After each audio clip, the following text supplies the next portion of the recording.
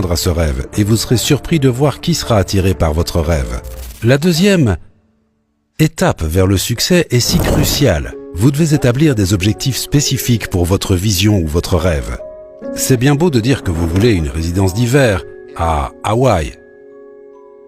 Mais ça ne suffit pas. Ça doit être mesurable.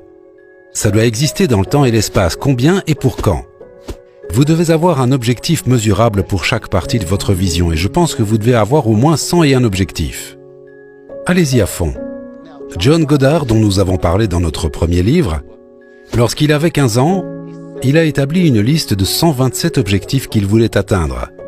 Il était assis dans la salle à manger avec son père et plein de gens importants venaient dîner, des gens très riches de la ville, et il les écoutait parler à son père qui était un homme d'affaires prospère. Il disait des choses comme « J'aurais aimé voyager autour du monde avant de commencer mon entreprise, car maintenant c'est trop tard. » Ou « Je regrette de ne pas avoir passé plus de temps avec mes enfants. » Ou « J'aurais aimé lire l'encyclopédie ou apprendre la musique, à jouer d'un instrument. » Et il s'est dit « Je veux pas vivre ma vie et arriver à 50 ou 60 ans en me disant « J'aurais aimé. » Ou vivre sur ce que l'un de mes amis appelle l'île des un jour.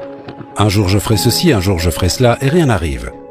Alors il a fait une liste de 127 objectifs. Ce n'étaient pas des objectifs mineurs, c'était des choses comme visiter la grande pyramide en Égypte, visiter la grande muraille de Chine, visiter le Vatican, rencontrer le pape, apprendre 3 langues, lire l'encyclopédie, tirer avec un long fusil sur une bougie à 30 mètres de distance, piloter un avion, apprendre à manœuvrer un bateau, apprendre à taper 150 mots par minute, toutes sortes de choses.